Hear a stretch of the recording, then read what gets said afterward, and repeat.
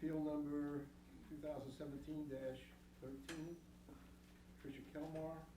They've asked for an adjournment, and we'll give it to them till May 25th. Do I hear a motion? So moved. Second. Mr. Seabrook? Aye. Mr. Barnes? Aye. Mrs. Worthington? Aye. And I vote aye. Then we have appeal number 2017-23, Eastern Wholesale Fence. They've asked for an adjournment to June 22nd. Do I hear a motion? So moved. Second. Mrs. Worthington? Aye. Mr. Barnes? Aye. Mr. Seabrook? Aye. And I vote aye. Okay, held up, let's see. Back from April 27th, we have Karen Caputo, appeal number 2017-15. Right here. You just gonna make a decision on that, you got it? Okay, let's have a reading. Anyone else to be heard on that matter? No? Good.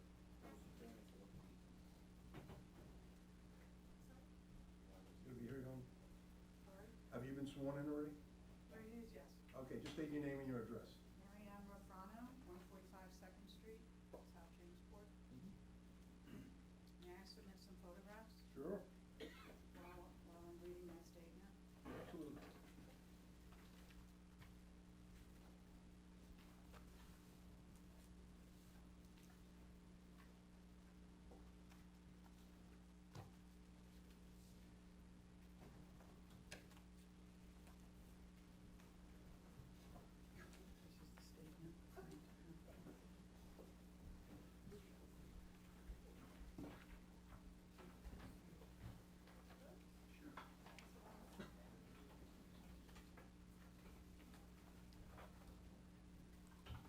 In the photographs, can you hear me? Can you hear me? Yes. In the photographs, you'll see the existing 4-foot retaining wall with the 4-foot fence on top of the wall. I don't know if the new board members who are here this week have visited the property personally. In the past, the other board members were there, but I'm bringing photographs to bring attention to it fresh again. There's also some photographs there of the east and south bay side of the property, which shows the existing 6-foot, 5-inch tall bulkhead, which is beginning to show signs of the installation of a simple wood 35-inch post that will, we think, hold some ropes or wire looping or railing onto those wood posts. A very simple and nice installation that seems to be brewing and upcoming. At the last hearing, the safety concerns of the fallover of the 4-foot retaining wall became the focus of this variance hearing. Steve Libretto, the owner's rep, indicated that there is a town code for retaining walls and safety concerns, and that, he said, it's a 4-foot fence, and that's what we have, and that's what's required by code. That is not correct. Yesterday, I spoke to Brad Hammond, Riverhead Senior Building Inspector. Quoting Mr. Hammond, I say, if there is a retaining wall, be it 2-foot, 3-foot, or 4-foot wall, there is no town code for anything related to a guard or a fence for safety for that wall. There is no local town code that exists for the retaining wall, residential. Now that we've established that there is no requirement for a 4-foot fence on top of a 4-foot retaining wall, let's just talk about it a little further. We visited the site again this week. On the east side of the property and on the south bay side, Mrs. Caputo has just begun the installation of the wood post, which we think will hold the rope or the wire. That is the installation that had been on the previous owner's home for 20 years, for the 23 years that we've lived there. Mrs. Caputo has decided that this simple wood post with rope or wire is sufficient safety protection for the fallover on those 2 parts of the property. Her bulkhead, which measures 80 inches tall, and you could see that in the photographs there. The entire east and south side of the property is going to have a very simple, open installation, hopefully to protect from fallover. If Mrs. Caputo wants to erect the same fall protection device on the front yard retaining wall that she has chosen to do on her bulkhead, that's fine with us. It's a lovely installation, and she will continue to enjoy the open bay. It would be a nice installation on top of that 4-foot retaining wall that you've required because of the cesspool installation. It will help soften the installation that all of the neighbors see as they walk by what has become an 8-foot installation. Claiming a safety fence of 48 inches is necessary while maintaining a bulkhead, simple wood installation would, however, make a sham of the fall protection argument, and our objection stands. Please remember that this fence isn't illegal only because it was installed without permits, but because the owner can't choose to measure height above the ground on one side only. For us and for all the neighbors in the community, walking down this semi-public lane, it is an 8-foot tall fence. Additionally, and you'll notice this in the photographs, and we did not talk about this previously, the existing fence that is there next to the wall going to the west, coming off the retaining wall, that ends at a very odd place on the property, there's 3 fence sections. The fence should be measured in those areas at the ground up, 48 inches as required. The posts that are installed holding those 3 sections of fence right now is 80 inches tall from the ground up. Please see the photos. Finally, we are here today because our personal enjoyment in our home in South Jamesport has been very drastically compromised by a massive concrete wall and now an illegal fence that's been put on top of it, making it 8 feet tall. There used to be a 2-foot, 2-rail, split wood rail fence there, which you can also see in the neighbor's property along some of those photographs. Let's agree that this entire installation is illegal and now, by code, unnecessary. And if the town of Riverhead and Mrs. Caputo care about the community and the neighbors, let's keep what little open space will be enjoyed by the removal of this fence. Rather, Mrs. Caputo to further review alternate, more natural measures to create the safety barrier that she is concerned about with simple wood posts, like her bayside, like the east fallover bulkhead as well, with natural landscaping, low dense shrubs, like what other neighbors have installed on similar retaining wall installations. That will provide adequate safety. There is no code or fence required for this retaining wall. Thank you. Thank you. That is according to the building inspector that you met with? Quoted yesterday. And that did become the focus at the last hearing, that the fence was necessary by code, and we were all concerned about safety. If we are concerned about safety, let's do on the retaining wall what she intends and looks and appears to be doing on her bayside, so that we can all enjoy open space. Do you see the scale photograph of the gentleman standing in front of that wall, which is required by code? Let's soften the wall up with the landscaping that Mr. Libretto has offered to do, but let's remove the fence. It's offensive, it's 8 feet tall, it's unnecessary. Look at all of the other fence installations in our community. They are simple because that's what South Jamesport is, simple and beautiful. Anyone else to be heard on this matter? Okay. Let's have a reserved decision for the next meeting. Let's hear a motion. So moved. Second. Mr. Seabrook. Aye. Ms. Worthington. Aye. Mr. Barnes. Aye. And I vote aye. So there'll be no more discussion on this. We'll give a reserved decision next meeting. Thank you very much. Next up, adjourned from April 13th, appeal number 2017-18. Riverhead PGC LLC. Mr. Cuddy. Good evening. Evening, Mr. Cuddy. Charles Cuddy, I have an office at 445 Griffin Avenue, Riverhead, New York. I'm here on behalf of the owner, which is PGC LLC. This is the Riverhead Plaza, formerly the Walmart site. Tonight I have with me once again William Kugelman. He's the Director of Construction for Phillips International, which is the managing agent for the site. Also is Andrew Abraham, who's the Director of Sales and Leasing for the management agent. Todd Evans is here as an architect from Create. Raymond Castronovo is here as a principal of Zenith Group, which is providing reconstruction management services. And once again, Courtney Riley is the Director of Land Development for BHB Engineering.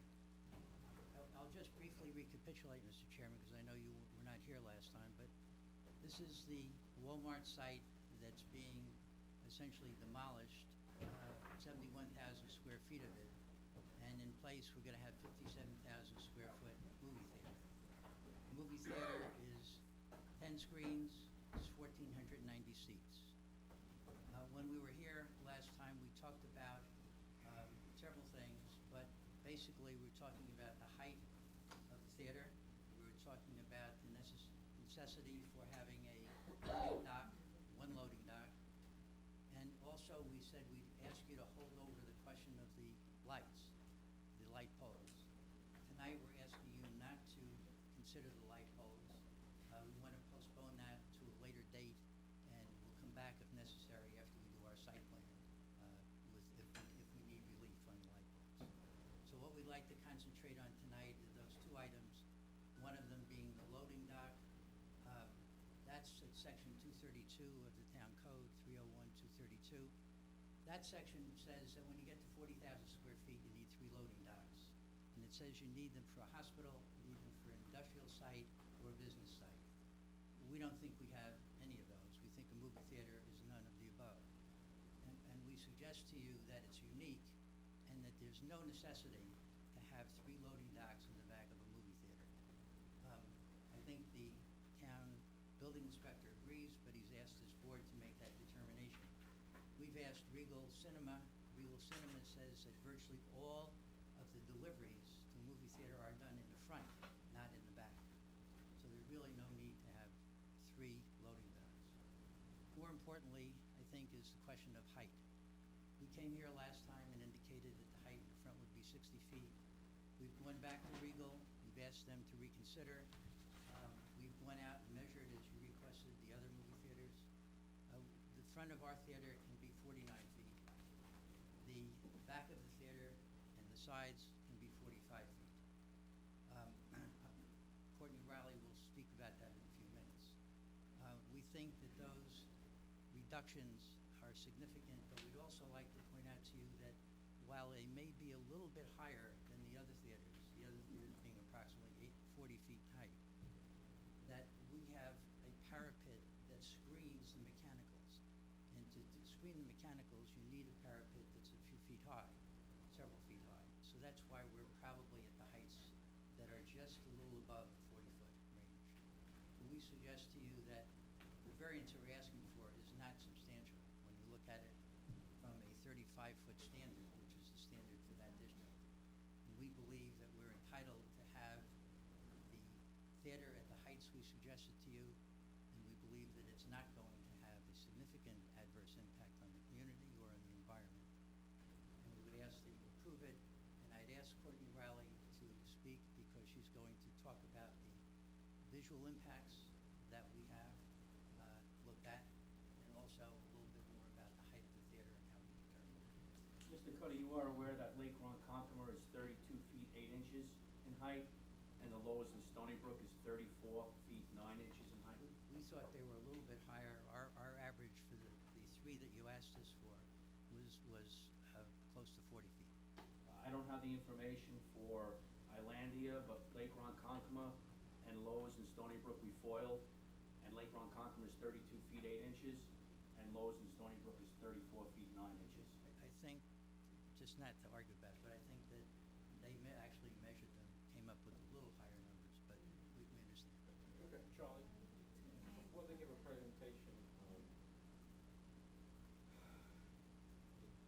is it possible that the technology has changed and that Regal thinks they need that height to run the theater based on the mechanical equipment that you're referring to? Or can that mechanical equipment be put somewhere else? No, the mechanical equipment has to go in It the, needs to be into that Yes. height area. and that's what they've told us, and that's what they've indicated.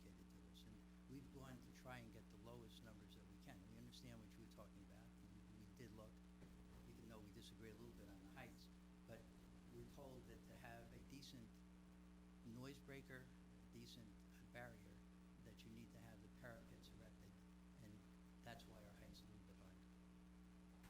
And that's, And you have an elevation showing there? I think we do, and she's gonna. I've actually submitted packets. Okay, we got it. All right, have you been sworn in yet, Ms. Kelly? At the past hearing, but Okay, just step up to the microphone. You're gonna have to do your speaking from there unless you can pull that microphone out and take it with you. Do we have that packet for me? Yeah. Yeah.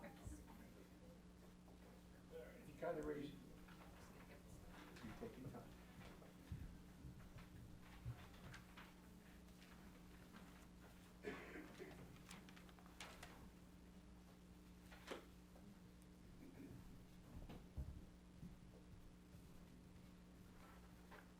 And if you be so kind to raise your right hand, do you swear to tell the truth, nothing but the truth, so help you God? Please state your name and your address. Courtney Riley, VHB Engineering, 100 Motor Parkway, Hauppauge, New York. The floor is yours. So, last time we were here, we were asked for 4 things from the board, okay? The 4 things were to look into the height, to do sight lines, to reduce the impacts to the neighbors, and to talk about the loading times and when those were. So just as a review, a little bit of what we have, here is our site. We have right here our proposed movie theater.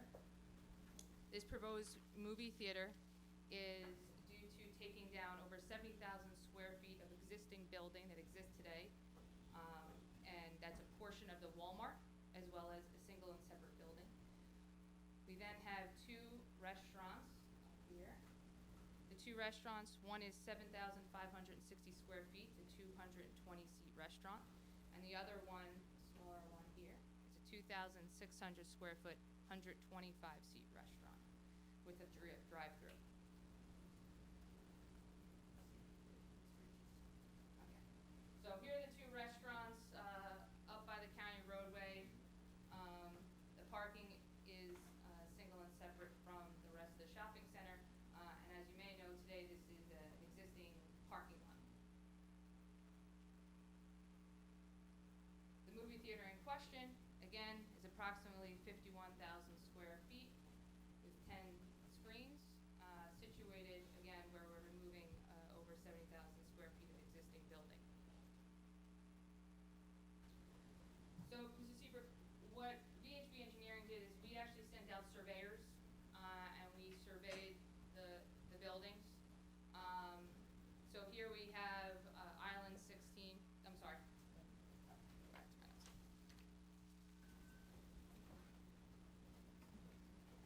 Yeah, that's Island 16. No, and I just want to get my notes. Yeah. So here we have Island 16. Maybe I'll take the microphone with me. Sure. Actually, you know what, I'll just go from here. Won't come out? It should come out. Let's see what I do. So what we did is we took the highest point, and then we also took a look at the actual roof height. So as Mr. Cuddy said, the highest point of Island 16 is almost 40 feet in height. This is at the center element. You'll find in most movie theaters, that's where the highest point is at that center element, and then it does sometimes step down. Most of the existing movie theaters right now, and we actually did an additional movie theater over in Tanger, don't have the parapets that necessarily cover the utilities. The reason being is that they are not surrounded by residential.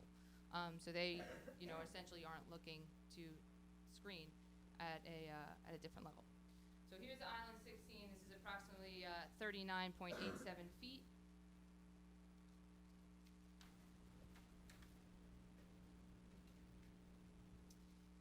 Here again, we have the AMC Lowe's in Stony Brook. Again, the center element is at 45 feet, but the majority of the movie theater is at 35. I'm sorry, the center element's at 45 feet. The majority of the movie theater is at 35.26 feet. This is the existing Regal in Ronkonkoma. This is at 39 feet, so approximately almost 40 feet. And this is the newly built Regal Cinemas in Deer Park Tanger Outlets. They do have a little bit more of a parapet, similar to what we would be proposing, and this is at approximately 43 feet. So, last time we were here, we said that we were at 60 feet on that center portion, so where that yellow portion is, and that we were stepping down to 55 feet on the sides and in the rear. And what we've asked Regal to do is to take a look at that. We voiced everyone's concerns. The property owner has sent out people to talk to the neighbors. VHB has also been out there to talk to some of the neighbors. And what we found is that obviously we heard the same thing. We went back to Regal and asked them if there was anything that they can do. And while where we are is that where we're at 60 feet in that center yellow area, right in the front, we're at 49 feet. Where we were at 50 feet, 55 feet before, now on those sides, we're down to 42.6 feet. And you can see from this front elevation that we actually stepped down. So the yellow portion right there is 49 feet, where you see the red here and gray here is at 46 feet, and at the sides here and here are 42.6 inches.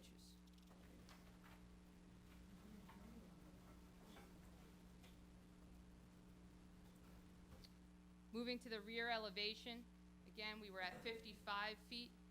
The highest point on these areas are 44 and 4 inches, and the majority of the rest of it is at 43.8 inches.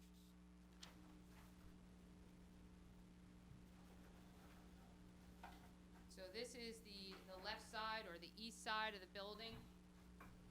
Again, approximately 42 feet. And the red element that's at 46 feet is further in. So as you remember from when we looked at that front elevation, it steps up in the front.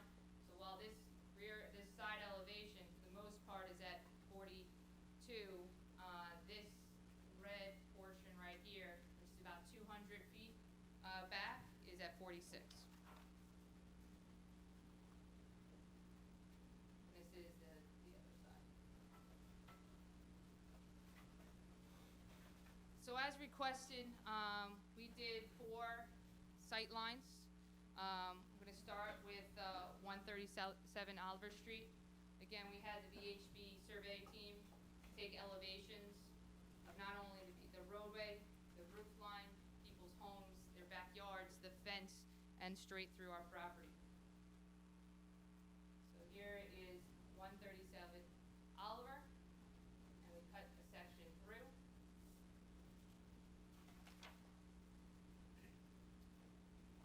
So what we have on the left-hand side is the existing view from this neighbor's backyard. There's an element that exists today, a parapet element that exists today on the existing building. It's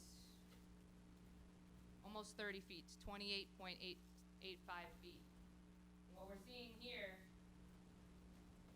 with the neighbor is that we're going to be at 42 feet, and then that red element is at 46 feet.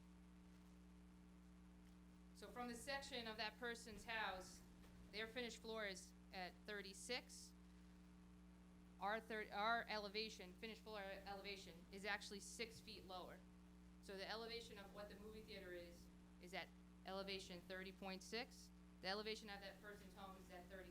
So we're actually about 6 feet lower. So we're trying to do something with the grades on our property. We then come across this section.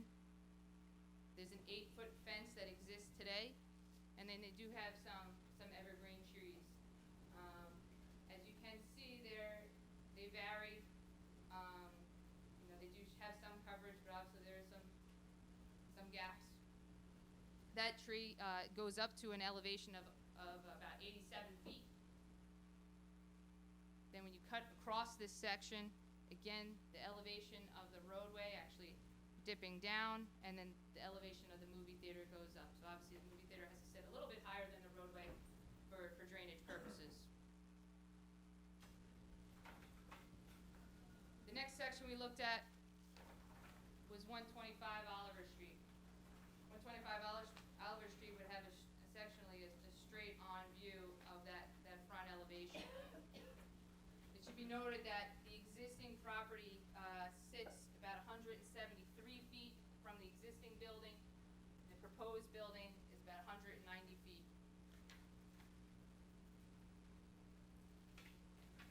So again, here's that parapet that I was talking about on the existing property. Sits at about 28 feet. Here's our new building. The models that we've done have all been done to scale. Everything has been surveyed.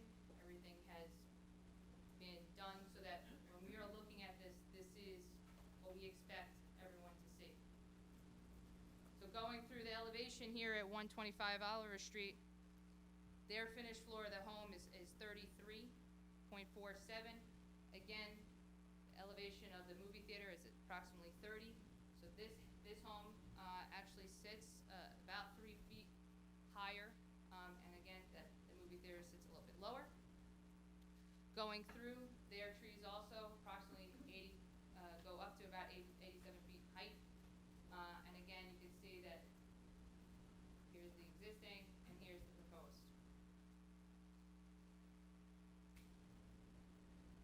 The third section comes from Kings Drive at 140 Kings Drive. Currently, the home sits about 134 feet from the existing building. The new proposed building would be over 200 feet. So, existing is the existing, and here's our proposed.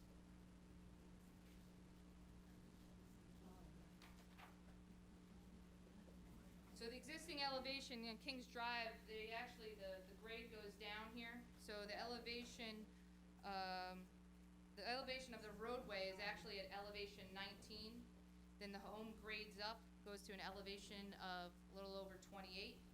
And then again, our movie theater is sitting at an elevation of approximately 30.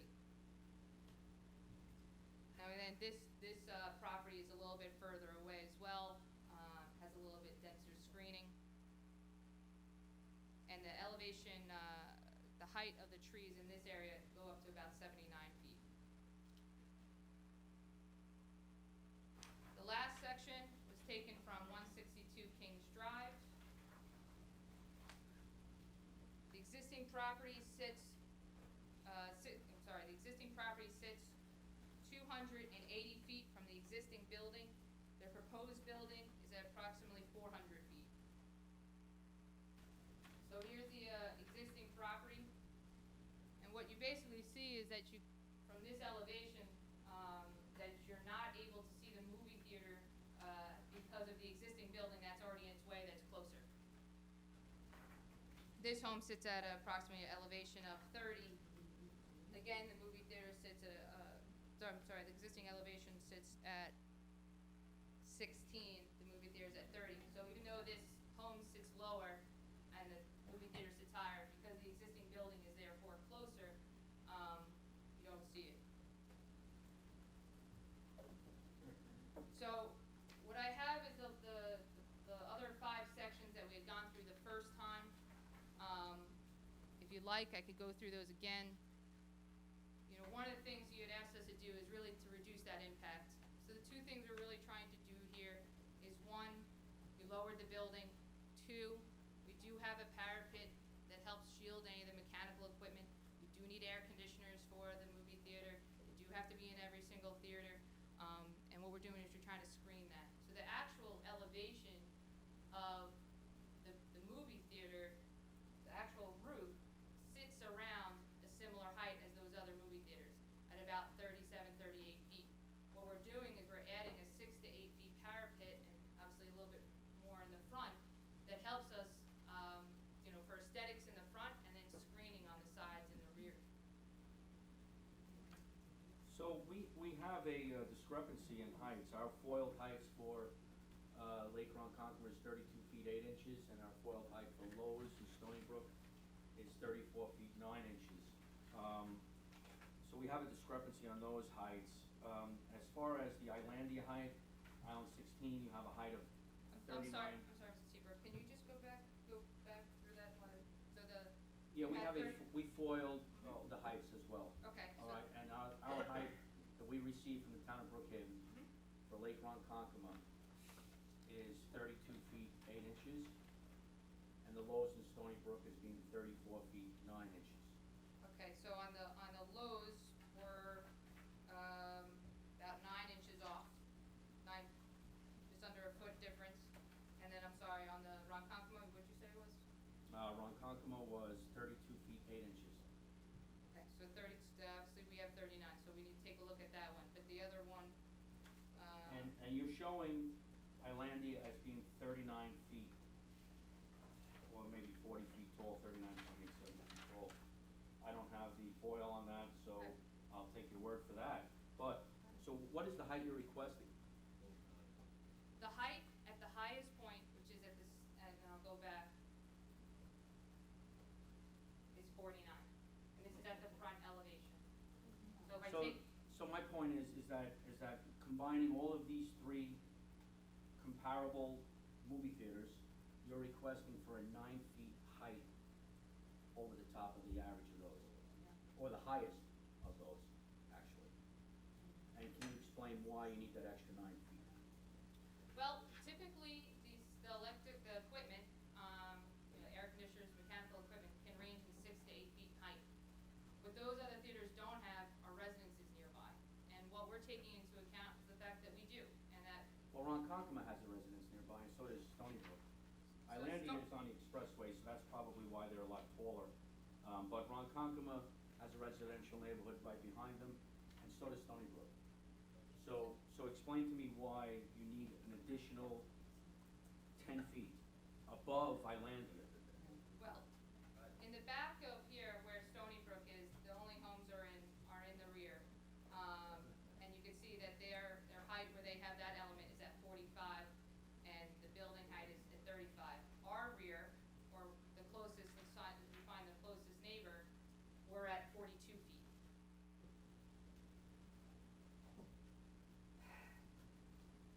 44 feet at the highest. So, I mean, we've gone back to Regal, we've reduced the height by 10 feet in some areas, over 10 feet in others. I mean, they're doing the best they can to reduce this. As No, I you know- understand, but, as you you know, as far as the understand- community is concerned, you know, they have a legitimate beef here. If Islandia on the Long Island Expressway is 39.87 feet tall on the Long Island Expressway, right? And you're looking at, Ronkonkoma and Stony Brook being at least 5 to 6 to 7 feet less than that. Why does Riverhead need something taller than Islandia, which is on the expressway when this, I mean, I understand Route 58 is a busy thoroughfare, but it's not the Long Island Expressway. You know, so it's basically comparable to Stony Brook and comparable to Lake Ronkonkoma, in my opinion. So I don't understand why you need that additional height when they have beautiful movie theaters in Ronkonkoma and Stony Brook, and go there quite frequently. So I don't, I'm not getting from you why we need the additional 10 feet in height. It's only the front that we are at that 49 feet. On the sides and the rears, we are at 44. So I think the 9 feet is only in the front. And then, and again, what Regal has done is that they have gone back and they have taken a look and they have reduced their height. And, you know, and that's, they are trying to work with the neighbors, and they do understand that there's a need there. But, you know, at the elevation of just the roof, you know, the requirement is 35 feet. If our height of our roof is approximately 38, 39 feet, we could do that and just have everything exposed, you know, and have all the mechanical equipment exposed. Regal thought that it'd be nicer to have a parapet that would hide that, screen that equipment. Well, I mean, according to our foil, if Stony Brook is 34 feet 9 inches, and if you added a 4-foot parapet to that, that would be 38 foot 9 inches. That's still significantly less than what you're asking for, and it's still a very nice movie theater. Right, so the side is 44 feet. If Well, I mean, If we Stony have to- Brook, I'm so gonna have Stony to Brook ask- has, we'll to just check say our- 35 feet, right? You say 39, you say. So say 35 so feet. say We'll- 35 feet to keep it Right. easy. They don't have if you look, actually, I can go back, They have so a you can see parapet here. in Stony Brook. Actually, what they have is a parapet on this corner, just this corner element, if you look at it. Well, that's Ronkonkoma, what you're showing me now. That may not even be Ronkonkoma, I don't know what that is. This is Stony Brook, sir. That's Stony Brook? Stony Brook is an attached. Is that Stony Brook? You probably can't see it from where you are. All right, so. Sorry, go ahead. Actually, I'm gonna have the architect. Okay. Just hold, have you been sworn in yet? I was last time. Just give your name and your Todd address. Evans, Create Architecture, 405 Lexington Avenue, New York. Just wanted to explain, the rooftop units themselves are between 6 and 8 feet high. They sit on a 14-inch curb, so we're talking about anywhere between 6.5, 7 feet to almost 9 feet of equipment that would be visible if we just went to the roof height. So, an 8 or 9 foot that will give you the comfort of having being completely covered or screened on the roof. So you're saying Ronkonkoma and Stony Brook have an 8-foot parapet? No, I'm saying they don't have No, an you 8, said 7 They don't have, parapet. when I park in the parking lot, I don't see their mechanical equipment on the roof. Most of it can be in the back, or in the center, and the line of sight from up close, you're not gonna see it. But if you step back, you're back at the road, if you're across the street, if you're in residential areas around the sides, you're farther away, and you'll be able to see that stuff from farther away. Up close, you're not gonna see it, but if you're farther away, you will see it. So that was our concern, was to screen them completely from the residential neighborhoods.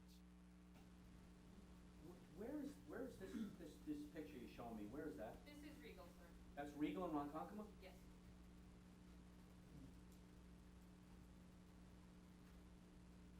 If you notice, the 39-foot is in the front. If you look back, there's a section of the building that's actually higher in the back than the 39 feet in the front. Looks like another 4 feet. And then the equipment on the roof of that is exposed as well. Mr. Seabrook, when, the FOIL request, does it have the parapet height and the building height, or is it? Can you help us there? Yeah, you gave us the building heights. You have the parapet heights on it? I know, we didn't get the heights.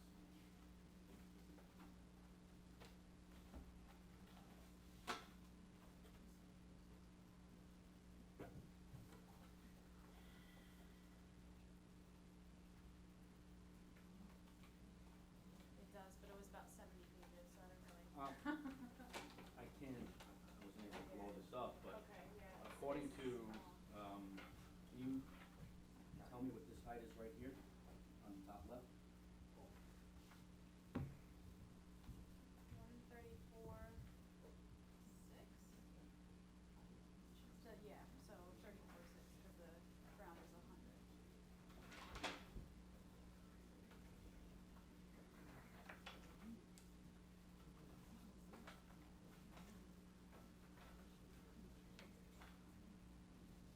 Yeah, I see. So this is, Very small text. right, so you could, I'll get to stand in front, if you don't mind, right? Sure. Okay.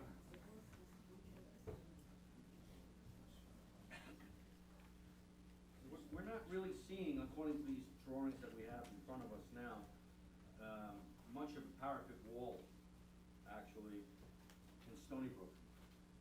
So just to come back, what you're looking at here, at the 34-6, per the plans, these are elevation plans. They're not as-built plans, but the elevation plans. And what they show is to the building, to the roof, not to the parapet. They do not have an elevation on that parapet. The only parapet they do have, just going back to, and I'm sorry, I'm talking about Stony Brook, the public. So there's a little parapet on this corner, just the corner element, this red element here. They don't have an elevation on it, but it is higher than the building, roof, which is here at 34. And then again, they don't have an elevation on that top middle element either. I don't know if you have the other ones as well. Ronkonkoma is showing a 5-foot parapet height. For a total of, For a total of,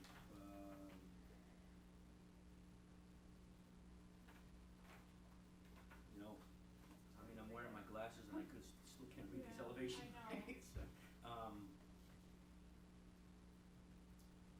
The top of parapet at Ronkonkoma looks to me like it's 39 feet 2 inches.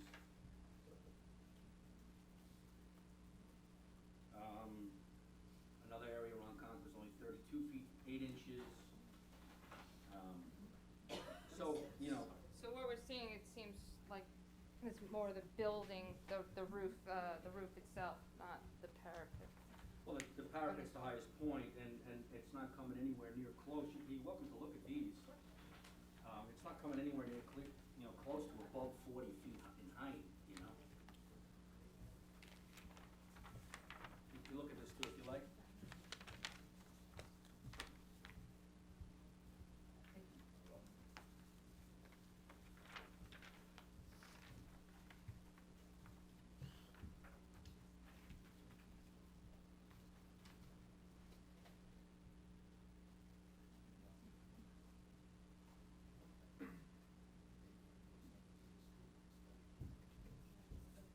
Yeah, I just want to bring it, that Regal, we've been back and forth with Regal, trying to figure out how high their building's gonna be. They're still developing their plans and their elevations. But they gave us, a couple of days ago, the height of 38 feet, for their roof height. Or where? For Riverhead? For this project.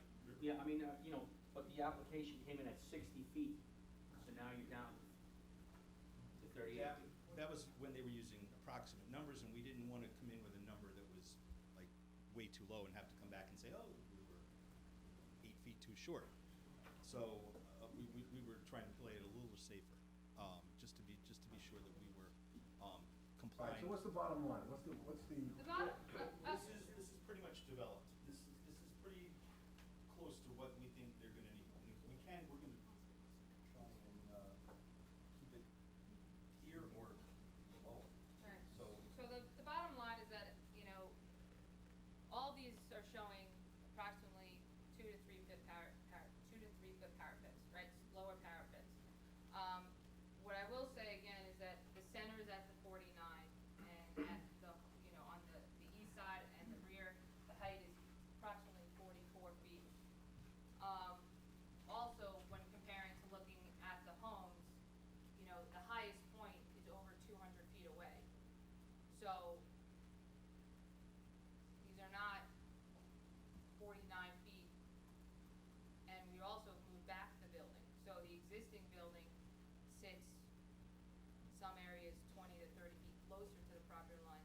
So now we've moved the building back, we've moved the building forward, we've moved the building away in both areas, both the south and the east. We lowered the building over 10 feet in the front, and 10 feet on the sides. We do have a 5 to 6 foot parapet instead of a 2 to 3 foot, and that's to shield, any equipment, which can average between 6 to 8 feet in height.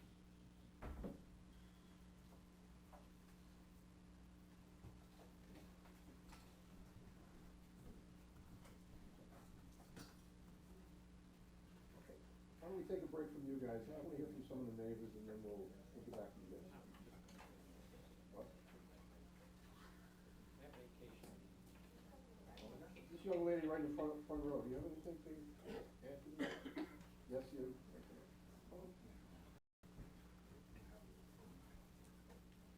Hold on. You have anything to say? Okay. Okay, all right. Anyone else? Any of the neighbors, please step up. Talk? Yeah, everybody. Sure, you can talk.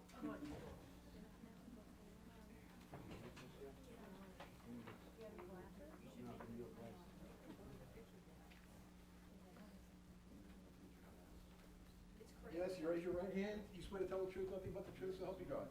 I do. Please state your name and your address. George Oldham, 61 Rolling Meadow Lane, Aquabah. Go ahead, George. Okay, 14 years ago, I started researching about Riverhead.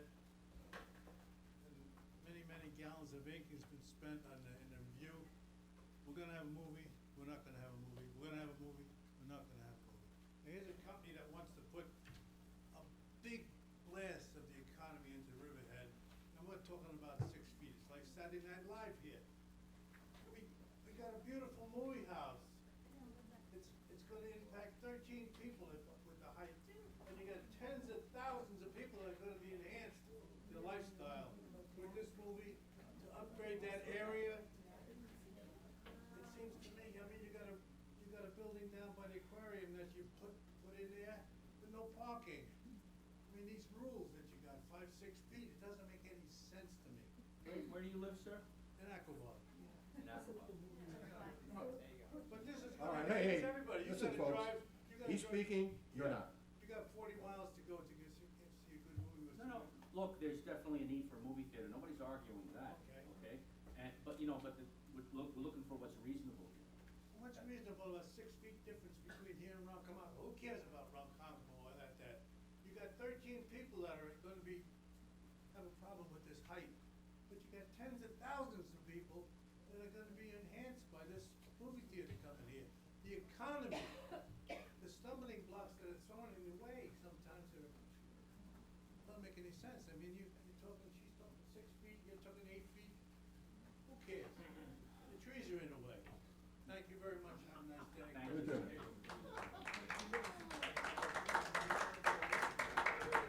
Next up.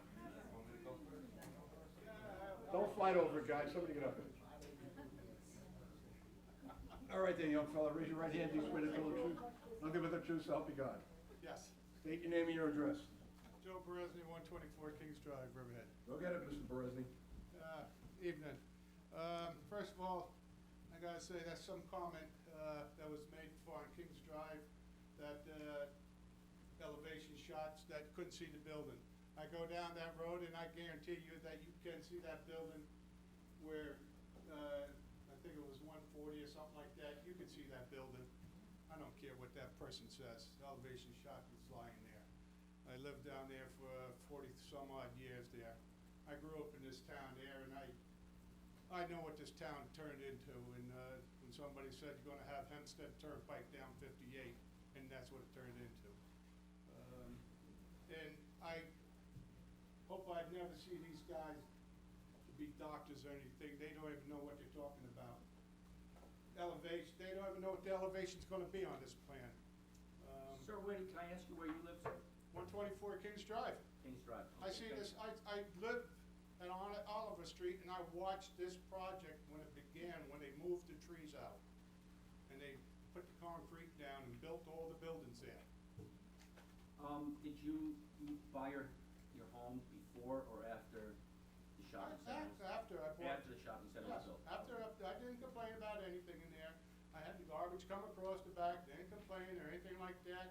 Had the lights, they had them do them down after a certain period of time at night and everything, and we went through all that there. Now they wanna put up taller lights. I can't see why. We're fighting, light pollution, I think it is. I don't think they need to put up taller Well, lights. The I can't lights see- are not before us this evening. Okay. It's basically the loading dock. I can't see and the going highest up building. any higher than what any other buildings. I can't see if they need to have taller screens, they could dig down further to set the building down further in the ground. And then they can have a less higher outer side of the building. There's always another plan they can come up with. But they don't have to make that building so high on the outside. There's always a solution to come up with. They gotta just think around the box a little bit.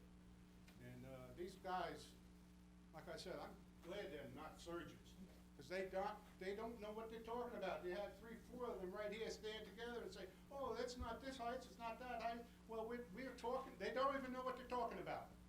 And you guys are gonna let them put a building in our district here? Put it out in Alcobourg where that guy wants it.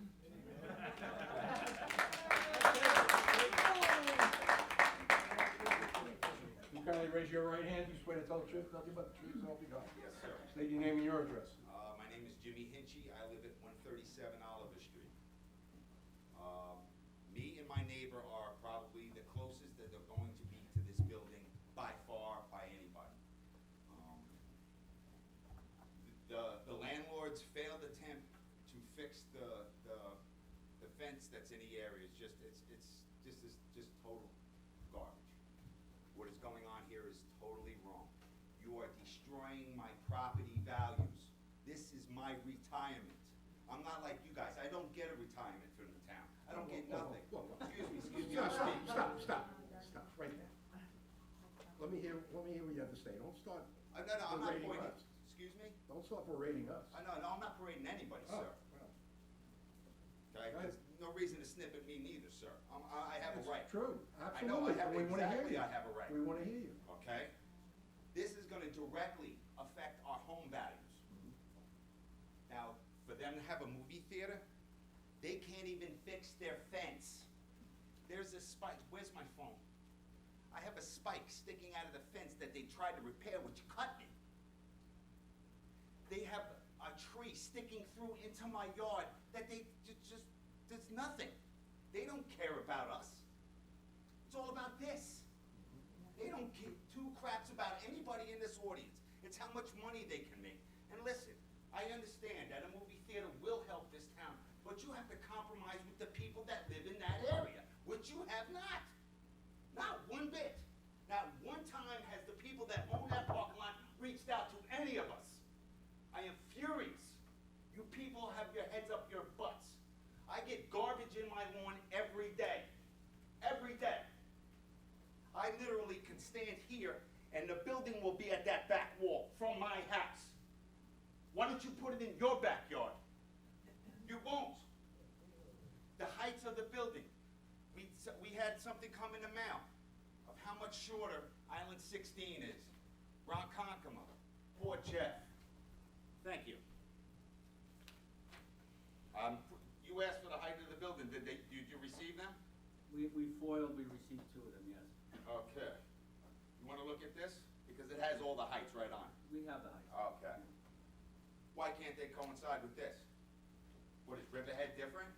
Sir, we're asking the important questions, but I also have to ask you, sir, did you purchase your home before or after? I purchased my home this year. So you knew the Oh, shopping last center year, was excuse there? me, the beginning of last year. No, there was no movie theater in talk. There was nothing on the table. Okay. Or I wouldn't have purchased my home. 1 second. Mr. Cuddy, what's the current height of the property there now, and what's the difference in what you're asking for?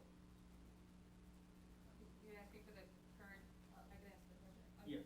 You're What's the answering- current height of Walmart now? The peak of the parapet at Walmart is 35 feet. At the parapet facade closer to this gentleman's home is approximately 28.85 feet. Now you want to double or triple that? And that's just the parapet wall, because that parapet wall is 4 feet high off the roof. I'm in construction, I have been on and off. I know what it costs for the fence. And for them to just come by and put, if you would have rode by the property, you would have seen that they put little sticks up to hold up the fence. Now they had a couple of gentlemen come in and put like 20 posts in a 10-foot section when there should be 2 posts. They're not adjoining, they don't overlap, so they put an extra post in. I have a nail sticking out of mine that far on my property where they failed to finish the job. Then I have a tree growing right up through the fence where they just built around it, and there's a huge hole. I can see the building, literally eyesight view. Why hasn't that been addressed? Why haven't any of them attempted to make any contact with any of the people in the area? None. And I'm hoping to God that you guys can help us, because you're our saving grace, all of you. Well, the question in front of us is really about the height, and of course, that's a visual impact. The neighbors, I'm quite sure, have been thinking about it. What height would everybody be happy with? Or are they opposed to the movie theater completely, and everybody would rather just see an empty Walmart building? I don't know. Or are we unhappy with the maintenance of the property owners? Where are we going with this?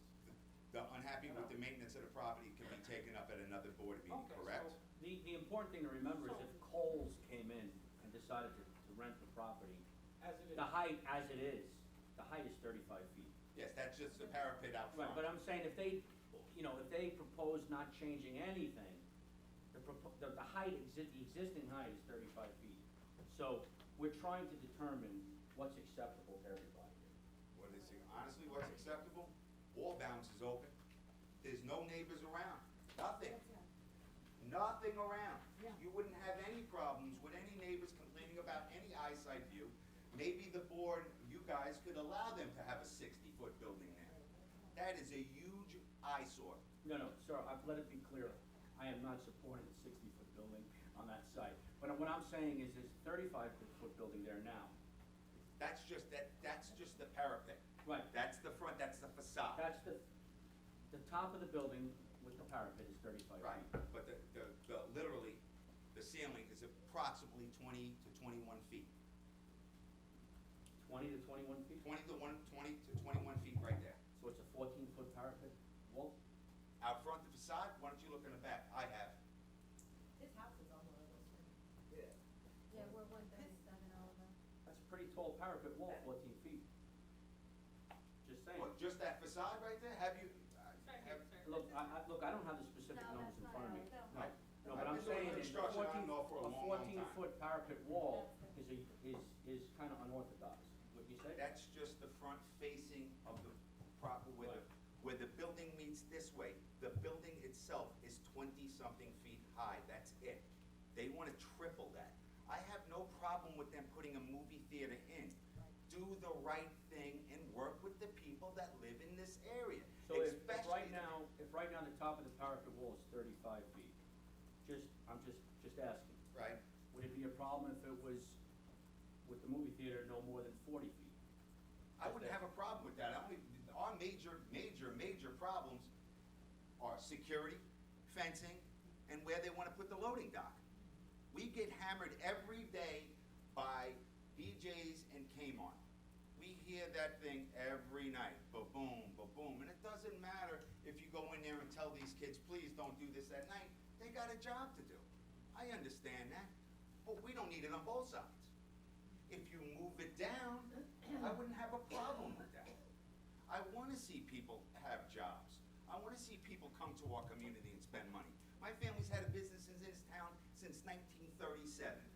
So top of parapet wall at 40 feet is reasonable? That's not just up to me. For myself, yes, I wouldn't have a problem with that, I'm just asking. okay? Yeah. The other problem is where they wanna put parking along the fence. You can't put parking there. That's gotta be a fire zone.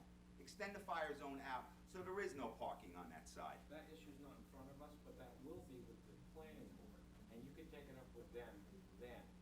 The only issue in front of us Is the height. Is the height in the loading dock, sir? and the loading dock. The loading dock, that's a huge Are problem. you opposed to the height of the 49-foot that they've reduced from? 49 foot, yes, I'm opposed to The that. parapet wall. The parapet, so it's 4 foot above that, so 49, so it's 45 feet high. If they take the parapet wall and they lower it so that the mechanical equipment's exposed, do you think that's a benefit or not? No. With that parapet wall, that's actually like a sound buffer.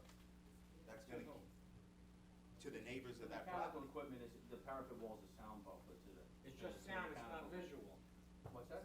It is visual as well. It's visual as Yeah. well, but he's right. It Yeah. blocks the sound of these mechanical devices, whether it be compressors, air conditioners, you know, all these So- things can be worked out. Logically, what's the height of the building, what's the height of the building should be with equipment? With equipment, And approximately to 36 to 42 feet high. So you think that's fair? That's fair. 36 to 42. 36 to 42 Thank feet you. high. Thank you. Top of That's- parapet or top of building? Up parapet. Right. Okay. Because if you look at these other movie theaters, they're drastically smaller, and they're all stadium seating, I agree with you, sir, just for the Okay, record. thank Yes. you. okay? So, Ms. Riley. so just to respond, the fact that he would find acceptable 42 feet, the wall facing, his property is 42, the highest wall is 42 feet 6 inches. if you look at their side elevation that you have in front of you, and you have it here, it's 42 feet. See, Six there's a inches. precedent we would be setting here on building height. And I'm not comfortable with going over 40 feet, for the record. Okay. Okay, for the record, I'm not comfortable going over 40 feet. For the record, we have proven that there are movie theaters on Long Island with stadium seating that are less than a 40-foot height parapet wall. So in my opinion, you're gonna have to really go out of your way to prove to me why we need an above a 40-foot high parapet wall, when Ronkonkoma, Islandia, and Stony Brook do not have higher than a 40-foot parapet wall. Understood. The other thing that you brought up was as of right. So as of right, as you know, is 35 feet. Also as of right is for the side yard setback, which is adjacent to the neighbors, to be 25 feet. So currently, our building, the existing building is 38 feet from that side, that east side. And our proposed building is over 70 feet from that side, from the property line. As of right, it could be at 25 feet, and it could be 35 feet high. So we are in that corner, 42, 6, and 70 feet back. Because you had asked about as of right. And I just want, for the record, to kind of go through the elevations again. That yellow portion, the highest point of the building in the center is at 49. It then steps down to 46, and then steps down to 42 6 inches. So the sides and the rears are at 42 6 inches. The middle portion, this 30 or 40 feet, is at the 49. And that's why we have to ask for the variance of 49.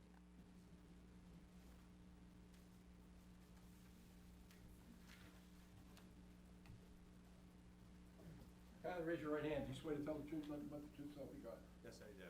Kindly state your name and your address. Yes, my name is Raymond Castronovo. I own a construction company called the Zenith Group. My address is 220 Roanoke Avenue in the old Oddfellows building.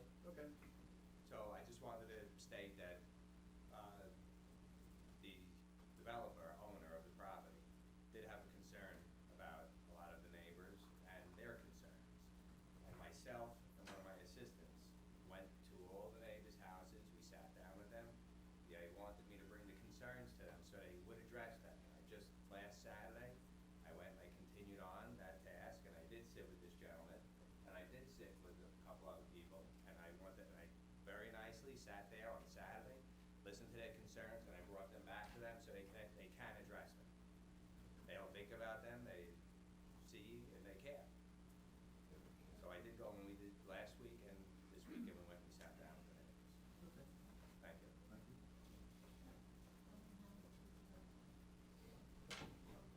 And if you kindly raise your right hand, do you swear to tell the truth, nothing but the truth, so help you God? Yes. State your name and your address. My name is Carrie Nigel. I live at 1131 Ostrander Avenue. I am not directly in the site path, but my house meets the side entrance. It literally drives out from the side entrance into my driveway. I'm only here because you had asked how long people lived here and if they bought their homes prior. We literally butt up against all of Martin Drugs, that whole strip mall here, and we face that retail. So we did, 12 years ago, buy our home, knowing we had retail on one side and retail across the street. The town saw fit to change, we bought knowing there was retail there, that by 10 o'clock, everybody was out and gone and home, and headlights weren't driving into my house as they're pulling out the side lot after 10 o'clock. I just want to say that I moved out here 12 years ago from Lindenhurst, the border of Nassau and Suffolk, for a nice, idyllic, quaint town feel. And in 12 years, I've seen hotels go up and Lowe's go up and all these big buildings. And again, we bought knowing there was retail. The board saw fit, not you, the town board saw fit to change the zoning to allow this movie theater to want to be built. And I'm not against the movie theater. I've had a discussion with them, but try to keep this nice idyllic feel. You don't need 60 feet. I mean, if you can't work within the constraints, great, put a movie theater in there. That's fantastic. But I just think you need to really listen to these people who bought their houses thinking they were buying for retail, and now they want to build this monster. Thank you, Chief. Thank you. Anyone else? Any other neighbors? Mr. Cuddy? When we start talking about the height, I think that we're not really accurately portraying what the height is. Because when Courtney testified, Courtney Riley, she said to you that essentially the height in most of this is gonna be 42 feet. 42 feet is not a difference from 35 that's significant. In fact, if you're talking about the criteria of substantial, that's not more than 20% at 42. In one small area, it's 49, but the rest of it is much lower than that. And so I'm concerned that we're really looking at something from very different viewpoints. We're saying to you that essentially most of this theater is going to be at a rather low height. It's not going to be significantly higher than the 35-foot level.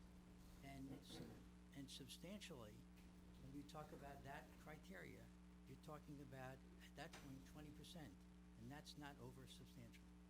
So I disagree with you when you say that this is a very big, monstrous type of thing. It's not. And it's gonna be a good distance in from the backyards of these people. The height that we're talking about, when we get down to 42, 43, 44 feet, is going to be in the back and on the sides. It's not gonna be in the front. The front is higher, we acknowledge that, but very few people are affected by the front of this theater. Mr. Cuddy, we are setting a precedent, with the height you're requesting. It's interesting, though, in the town has just adopted a code provision that allows 60 feet in various places. So when you say that everything has to be smaller, the town is making it larger. If you go downtown, you can have a 60-foot building. In fact, it's being built now. And so it's not just a 40-foot town anymore. It's not a 35-foot town. It's a town that will have 60 feet, and it's downtown. I recognize that. But also, there are places in the town, like Tanger, like Harrison Avenue, where the buildings are over 50 feet high. And so this is not a precedent that's unusual. And I ask you to think of that, too. Okay. All right, nobody else has anything else to say. We're gonna adjourn this to the next meeting. I know I have a lot of reading to do, we're walking around into that area, and I will do it. So, we don't take this lightly. We hear you folks. We also hear the folks in the movie theater. We'll try and find a balance here somewhere, or maybe not. We'll see. Anyway, I will thank everyone for being here. Let's hear a motion to adjourn to the next meeting, which is the 25th, I believe? 22nd? 25th. 25th. Mr. Chairman, I move that the appeal number 2017-018 Riverhead PGC be adjourned till June. No. May May 25th. Sorry, May 23rd. 25th. 25th, sorry. Thank you. You had too many numbers going. Yeah. Second. Mr. Barnes. Aye. Mrs. Worthington. Mr. Seabrook. Aye. And I vote aye. We'll see you folks on the 25th of May. Thank you very much, everyone.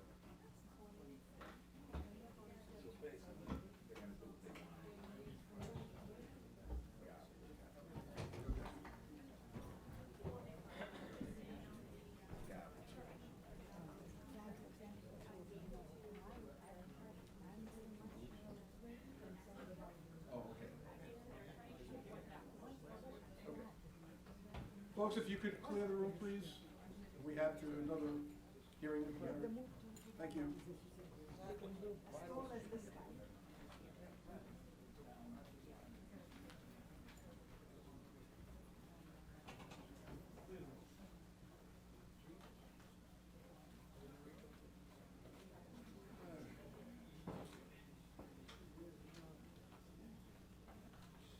You can read it? Folks, please take it outside. Thank you very much.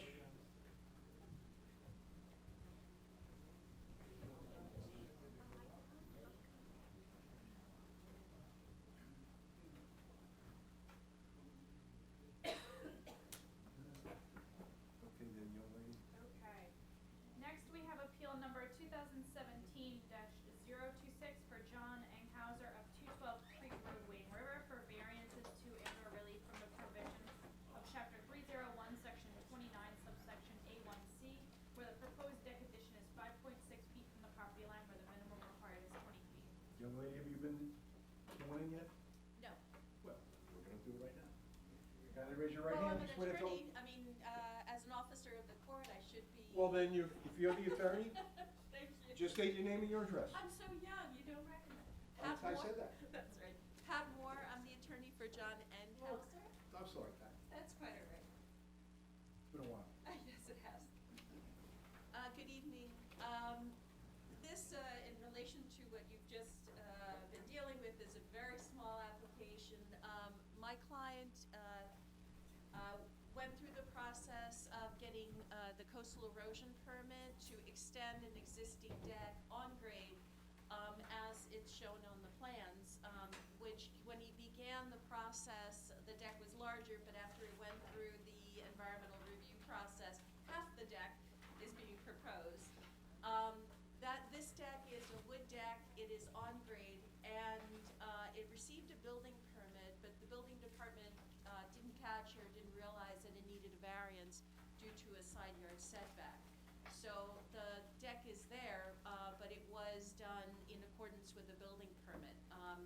The building department did not realize, and corrected the error by making us come here. Okay. Yeah. My client did provide PowerPoint with photographs.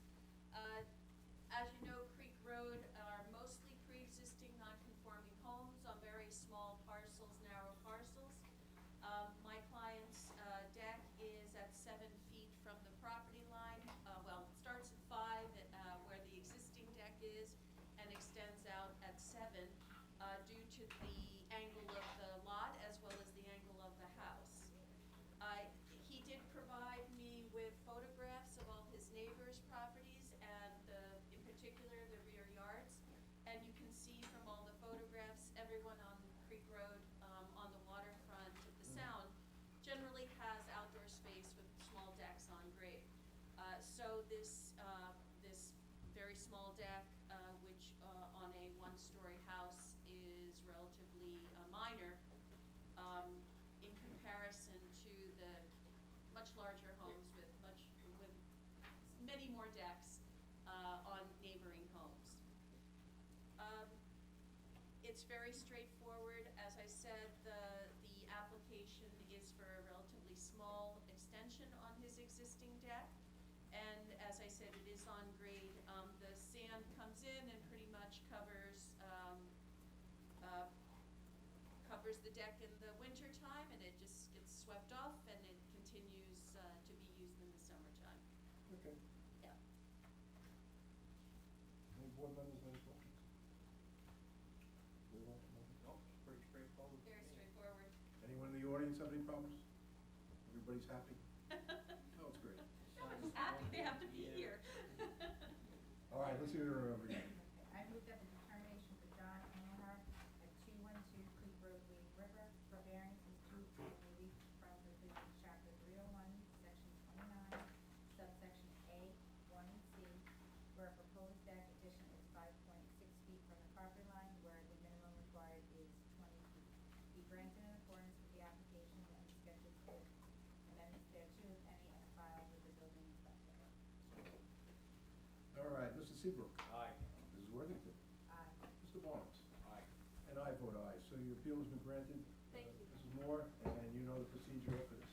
Yes, thank you very much. Thank you. Have a nice Bye. night. Thank you. See, folks, every now and then it can be fairly easy. I'm sure it will continue. We'll see.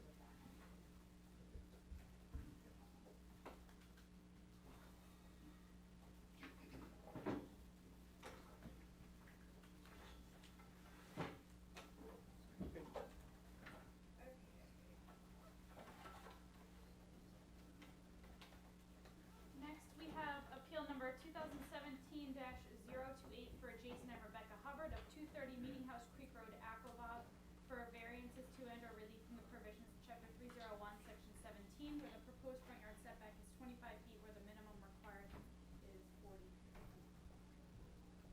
We have no testimony. So both of you going to be speaking? Yes, but Well, then both of you raise your hands. Yep. You swear to tell the truth, nothing but the truth, so help you God. Yes. One at a time, state your name and your address. Rebecca Hubbard, 216 Meeting House Creek Road, Aquabog, New York. Jason Hubbard, 216 Meeting House Creek Road, Aquabog. First off, according to the agenda, the actual going for. I'm not sure. Copied and pasted wrong, I'm sorry. The appeal that we're Fair going use, yeah. for is Chapter 301, Section 283.4, where the farm stand to be legalized is located on a parcel where the principal farming use does not exist, which does not meet the eligibility criteria for a farm stand application. We have proper reading of it? You should have the proper reading because, yeah. 301-283.4. Yes. Okay. All right, let's hear what you guys say. So we're in seek of a variance to allow an agricultural parcel to be part of a lot for purpose of having a roadside stand right now. Where we're located, we have our farm stand and we adjoin to an agricultural district, which we rent and lease land from the farmer. And we're trying to allow it, we have a right of way through the property to where we can include that agricultural parcel as part of the 2-acre zoning that we need to have in order to have a farm stand where RB 80 zoning, which is allowed and permitted use in RB 80 zoning to have a roadside stand. So we're seeking a variance to include that parcel, that agricultural parcel that we're leasing, to be part of our RB 80 zoning area. Do you currently farm any of the land on the RB 80? Yes. So you have like It's- a patch or, Yes, we have a patch on the RB 80 that we farm. and then in addition to that, you lease a contiguous parcel? Yes. Which is behind you? It's adjoining, yes. Oh, And my I fault. have, Yes. um, Copy of the tax map, would you like to see that? and it just highlights exactly where our parcels are, and then as well as where we are leasing the land.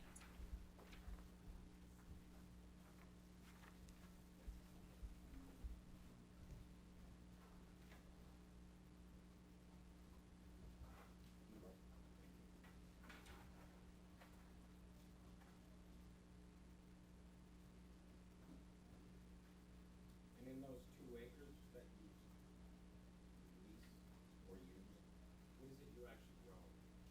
Sunflowers. Right now, we're doing sunflowers there. We also have other parcels that we also are farming with tomatoes, but the continuing area that's right behind us, we're using for sunflowers. And it's my understanding that you sell firewood at this farm stand? Yes. And if I was to interpret the code, it means that 40% of the product that you sell does not have to be grown or used on this property. Correct. Sunflowers is not the only. Do you grow corn? Do you grow? We grow tomatoes, we grow tomatoes, we grow potatoes, we grow eggplant, we grow peppers. There's a majority of different things, but in that 2-acre parcel, a lot of it's the sunflowers. We meet the 40, I know that there is a 60-40% ratio. We meet that 60%, Yeah. if not exceed it. Yeah, the town has been very elusive when it comes to this type of code, because it is an agricultural community. So I would think it wants to encourage it, but in some cases, and I'm not sure if it's yours or not, that it shouldn't be allowed. But we will hear testimony and see where we go from there. All right. Anyone else to be heard on this matter? Step up.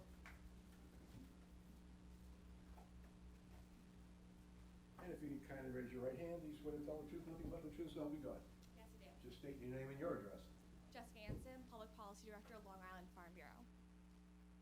Long Island Farm Bureau is a membership association of over 3,500 farmers, fishermen, agribusiness professionals, and community members interested in rural quality of life. Riverhead has had a rich history of supporting agriculture, evidenced by the fact that agriculture continues to be a leading economic driver in Riverhead and provides the scenic background quality of life. Long Island Farm Bureau supports the Hubbard's application seeking area variance to continue operating their farm stand that has been in operation for over 8 years. Although the Hubbards do not meet the minimum acreage requirement needed for a farm stand, they lease farmland adjacent to their own.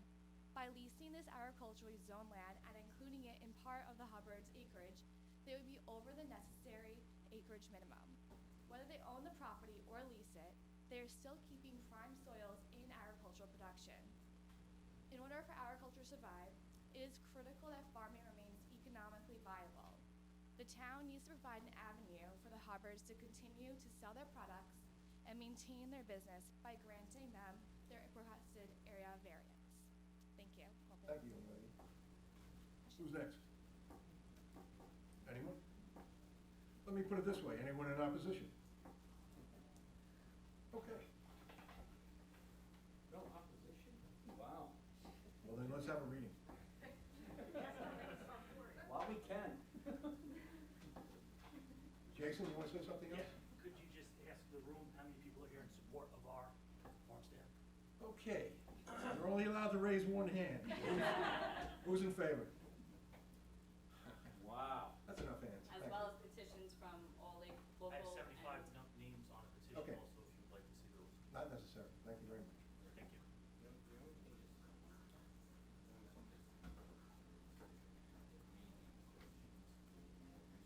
Okay.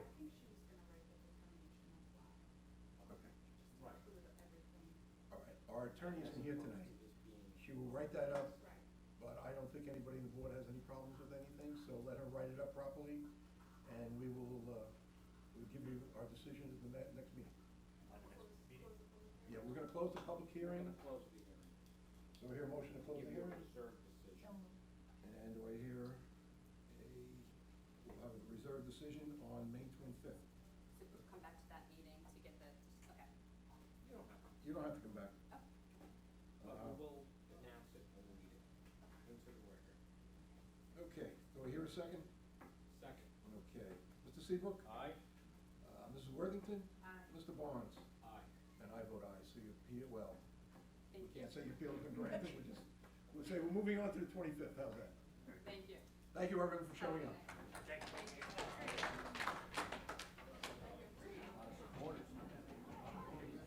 Starting to wonder where all these people are going. Hey, John Hubbard. Only two It's a little appeals past left. your bedtime, John. Mine too. Thanks, man. Take him back to the nursing home, folks. He's still not ready for you to take him there. I'm retired. Hey, Smiley.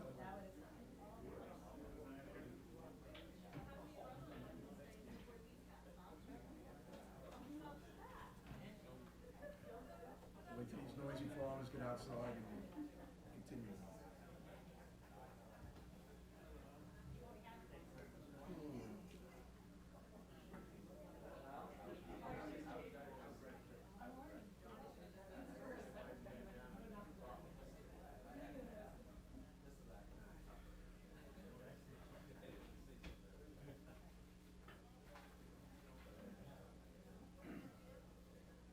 All right, I hear you. Okay. Yeah, thank you. Jason, you want to just take it outside, please? Thank you. Okay, let's have a reading. Okay, we have next appeal number 2017-029 for Joseph Mangini of 68 Sea Cove Lane, Jamesport, for variances to enter relief from the provisions of Chapter 301, Section 17, where the proposed front yard setback is 25 feet, where the minimum required is 40 feet. Mr. Cup. Good evening. I didn't want you to have a situation when you had no opposition continuously, so I'm up, I'm sure there'll be people speaking. Terrific. This is an application in the R40 district. It's because the lot is only half an acre in size. The applicant has received two approvals, one from the New York State Department of Environmental Conservation because of the wetlands, and again, from the Conservation Advisory Council of the town. And I want to hand those up so you have those in the record.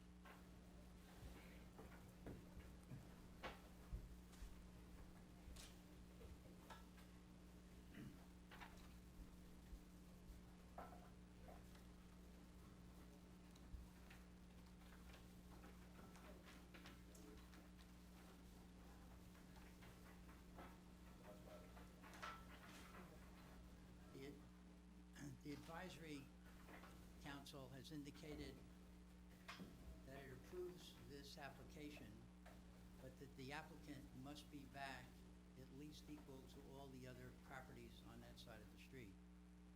And that's the application that we're making. We can't be back 40 feet because we would be virtually in our buffer zone. So what we've done is we've gone 25 feet from the property line, approximately 35 feet from the curb line. And we're saying that that is as far back as the other properties are on the street, and that's what we have to be. And I know there's concern about that, but I think that this applicant has twice gone before different boards, has twice been approved, and I would ask that you approve tonight this application with the understanding that what is being done is to keep it in line with the other dwellings on that street. There is very little alternative. This is not a huge house. It's a house of 1,860 feet on the ground floor. It's a second story. It ends up being a 2,400 square foot house with a garage.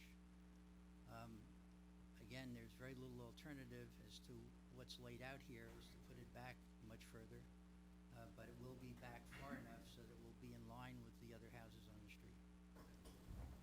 And I would ask the board to approve the application because we have very little else that we can do with, say, this size lot because it has a buffer zone in the back, it has wetlands behind that, and we've gotten the approvals from both of the DEC and from the advisory council.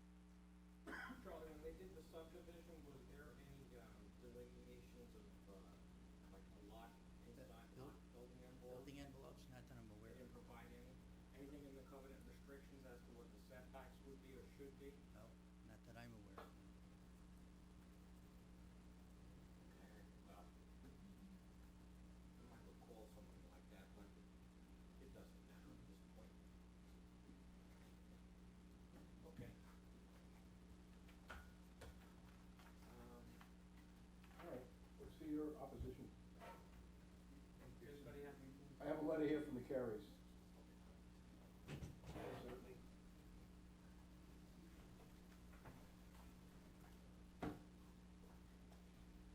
Yes, thank you. You swear to tell the truth, nothing but the truth, so help you God. Please state your name, both of you and your addresses. Patricia Carey. I'm William Carey, we live in the adjacent lot to that, but Okay, we sent a letter, I don't know if you received it, we do, have it right in front of me. To the right or the left, I'm sorry? to the north. To the north, okay. And if the 25 feet, if it keeps it in line with our house, you know, not ahead of us, that is no complaint. But it had a variance before of 30 feet. And now you want it, 25. That's what I'm confused about. This piece of property had a pre-existing variance of 30 feet, and now they want to move it to 25. Why? Was it a different house proposed? Yes. When it had a prior Yes. variance? Yes. And that expired. How long ago was that? That expired. How long ago was the variance? 20 years ago, at least. So if they move it forward, does it affect your view? No. If it stays even with our house. He says it's going to stay even with our house. The So frontage should be the as same it's as being ours. proposed now, is it even with your house? Yes, that's what I'm saying. Yes. So are you opposed or? No, not, if it's even, no.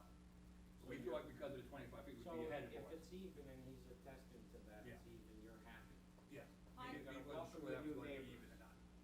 I'm perplexed why something in the past was 30, and then it must have expired, Within a year it does if you don't act on it.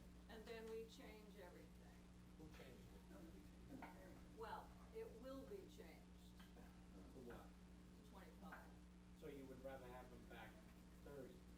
Well, our you would see it community back? was very, they're very conservative about giving variances, and the whole general appearance of the community is very important to all of the homeowners. Very nice. This is why the 30-foot variance was granted. Never, ever did we think somewhere down the line, someone would want an extra 5 feet. Now, I'm a little bit taller than 5 feet, and I know how much 5 feet is, not like a 49-foot building. And 5 feet really isn't that much, but I think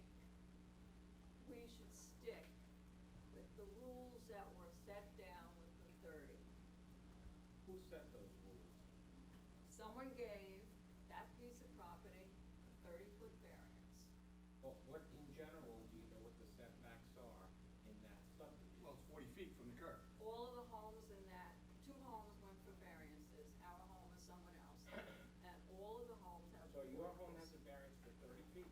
No, we couldn't get a variance. You got it, Don? Pardon? I mean, you were rejected? Yes. I'm sorry, I said gong. We're rejects, Okay, so what's your setback now? 40 feet. 40. You're at 40. Yes.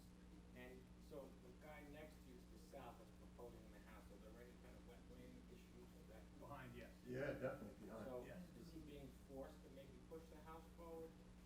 And it's also a cul-de-sac, correct? Right, right, So, right. so it's, the cul-de-sac's kind of cutting into his front yard, no? Don't know, I don't know the visual. I'm asking No, I meant you, as the far as cul-de-sac is visual. cutting into his Right, yeah. front yard, Right, right? right. So, If it's 25 feet, as long as it's lined up with our house, so he not could, ahead of it. so the front of his house could be even with the front of your house. That's what he claimed. But yes, but yet be less footage to the road because the cul-de-sac Right. is cutting into his front yard. That's all I'm asking. Thank you. Yeah. Excuse me, one more thing.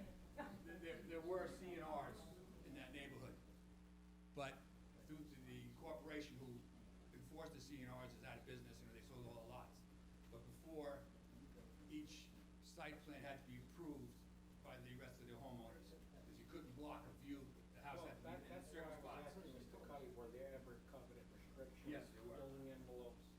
Yes. But that's all gone now, I mean, just. No, far it as doesn't we mean know. they're extinguished, but. Because the corporation who developed it, the principals have passed away, and so there's no more corporation. But then we decided to let the Somebody took association it up? in it. Somebody took it over? The homeowners association has taken over a lot of it, yes. And how do the rest of the neighbors feel about this house going up? There's a couple of. We have neighbors some that more have- here. Okay, let's hear it.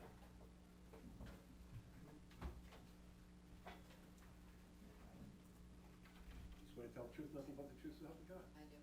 Please state your name and your address. Constance McSherry, 65 Seacove Lane. I think when the Carries came into the community, there was a chance that their home would be moved closer to the road. However, as Bill said, with the covenants and restrictions, all homes were designed that each person would have a bay view. And with homes going closer to the road, that restricted other homes' view from, the bay. So I think it would be acceptable, to most people in the community, provided it was not closer to the road than the Carries. Because then it would impede someone's view. Who's probably Eileen Crichton, she's not here at the moment. But you'd have to actually see the community. I guess this gentleman has it. I find you very difficult to hear, so we had a hard time hearing. So I think that's the difficulty, is if the homes are built closer to the road, it would have, and impeded other people's view, then there would be an issue. But if this gentleman states it's going to be equal to the Carries, then I think for the most part, most of the neighbors would be okay with that. Well, it's in line to theirs, If to the it's in north. line, To- as long to as the- it's- To the east is wetlands, and to the west is a cul-de-sac that cuts into their property, which is determining the footage of the front yard setback. However, it's in line with the house to the west, to the north of it, correct? Okay, which I think they're Yes. fine with, and I think that's what people were concerned about Yeah. before this came about. Okay. So are you not opposed as the way it sits in? As long as it's in line, I think. I think if it's in line, I think it's Well, fine. I don't know if it's in line. How would I know that? That's what Mr. Cuddy is testifying. He's promised. Are you gonna bring a VHB in there and let us prove it? We might have a problem there, Mr. Cuddy. Let's not get too crazy. You have a problem with it? I have no problem, I live on Seacole Court. And this gentleman would be next door as well. We're across the street, so it wouldn't Okay. impact So our. you- Well, step up, sir. You live next to Starks? Do you swear to tell the truth, nothing but the truth, so help you God? I do. Kindly state your name and your address. Michael Millard, 72 Seacold Lane, so I am the house directly to the south of the lot. Okay, last house on the block. Right. Okay. So I have two concerns, one of which is a question. So I have a permanent easement on his property that goes into his property some 35 feet. It's in my deed. I've got all the information with me. And I'm wondering about the side setbacks of this house. Do the side setbacks go to where the easement ends, where there is a stockade fence? Or do the side easements go to what the property line is, which is some 35 feet into what's now my driveway? Well, from the way it works is that the applicant files with the building inspector, and he reviews that, and he would determine whether or not that's an issue. Based on what we have in front of us, is a setback from the. So you're only concerned with the setback from one side of the house and not other sides of the house? No, I didn't say that. No. What's applied for right now is a setback in the front, period. If we No, it's grant not him that, and then so. you find out that there are other issues, they may have to come back to the zoning board, I don't know. Hey, Mr. Cuddy, you wanna get up, I mean, I see that the side yard to the north is 10 feet. That's right. That can't be, I think because of the, again, I think one side can be 10, the other, as in this one, is over 20 feet. The side yard nearest his house is 22 feet. The side yard on the other side is 10. So 22 feet from the easement? Yeah. Or 22 feet It's from right here. Right. But that's not, you don't have the easement on the side. Easement's right here. This is the whole, this is you.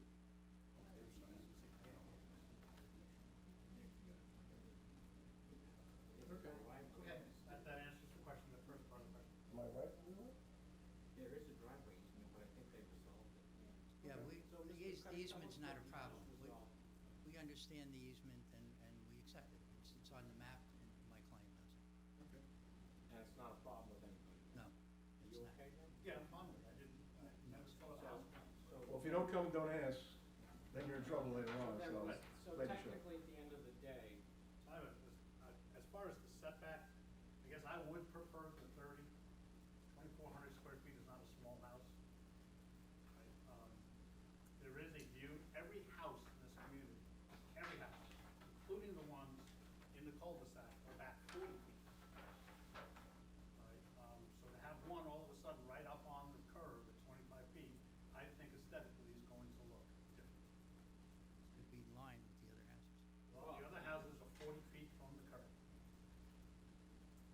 there has been a But lot because of the cul-de-sac. The cul-de-sac. There's other and- houses on the cul-de-sac, and all of those are 40 feet from the cul-de-sac. Do they have wetlands behind them too? Mine does. Well, you're not actually on the cul-de-sac, Yes, so I you're am. on the road, right before the I am cul-de-sac on the starts. cul-de-sac. He's at the end. I am on the cul-de-sac. I have wetlands on two sides of my house. The house next to me has wetlands behind the house, so there is considerable wetlands. Mr. But he's Millard's stating house. that the cul-de-sac, that that the line of the proposed house is in line with your house. Yes. No. It's his house, his house is off to the side. The front of his house Yeah. faces out towards the bay. Back of his house faces the cul-de-sac. Actually, the side of my house. The side of the it. cul-de-sac. The reality of it is, every house in the community is 40 feet from the curb, whether they're on the cul-de-sac or not on the cul-de-sac.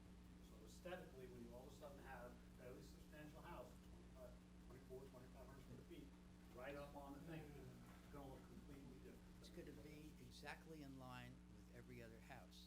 The cul-de-sac is what makes the difference. I mean, you can see that there's a great length between the edge of the road, when it should be just before the curve in the cul-de-sac, and the cul-de-sac. And it makes a big difference. And I'm saying to you that the house next to them, which is on the left or going to the north, is going to be the same distance away, this house, as that house. It's going to be no different. I would argue that the difference, that all of the houses have incredibly well manicured lawns that are 40-foot lawns in front of the house, which adds to the value of the homes, aesthetics of the homes. And to have one that's now 25 feet, 30,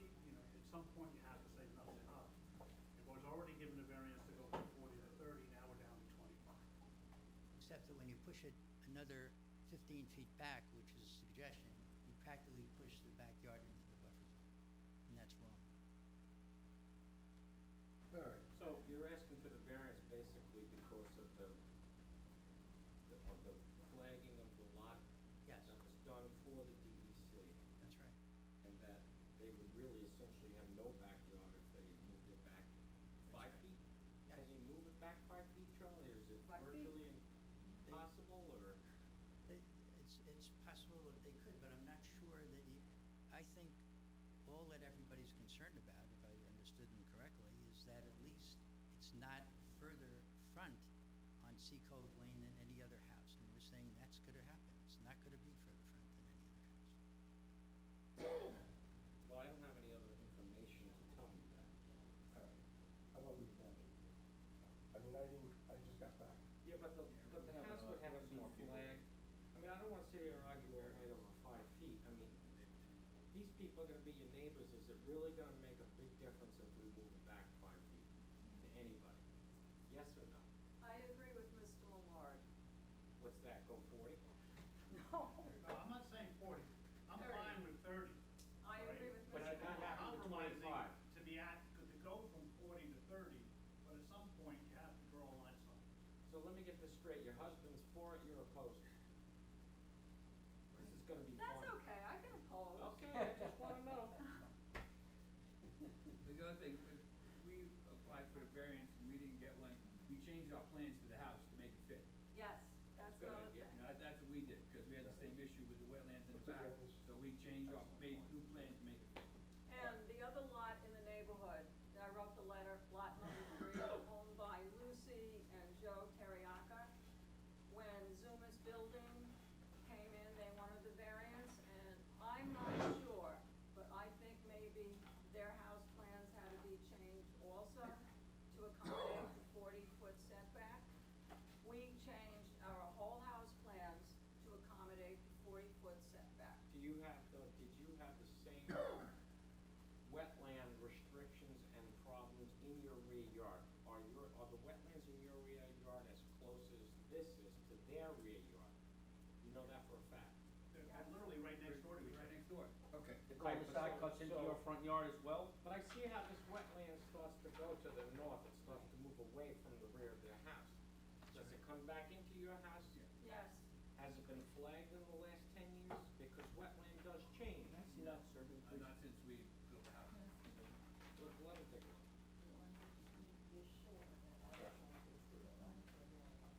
Well, if we adjourn it, We're gonna adjourn it. if we adjourn it, what are we gonna be looking for? I'm gonna go down there and just, Yes, you may. Let me talk to my client for a second. She was 5 feet. 5 feet. My feet,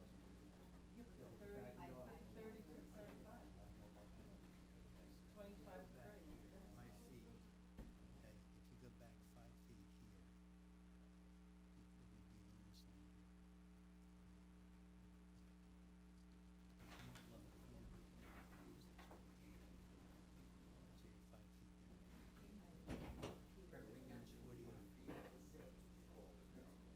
No, this line.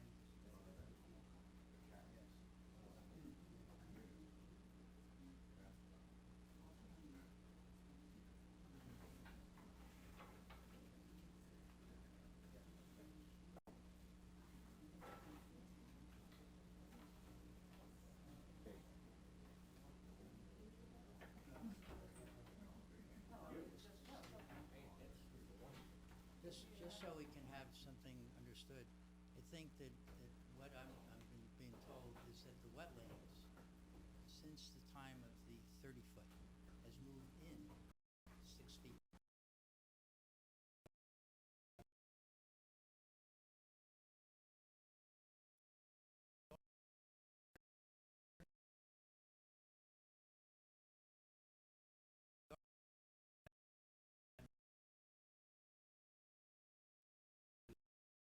Somewhere in the neighborhood of 25 feet.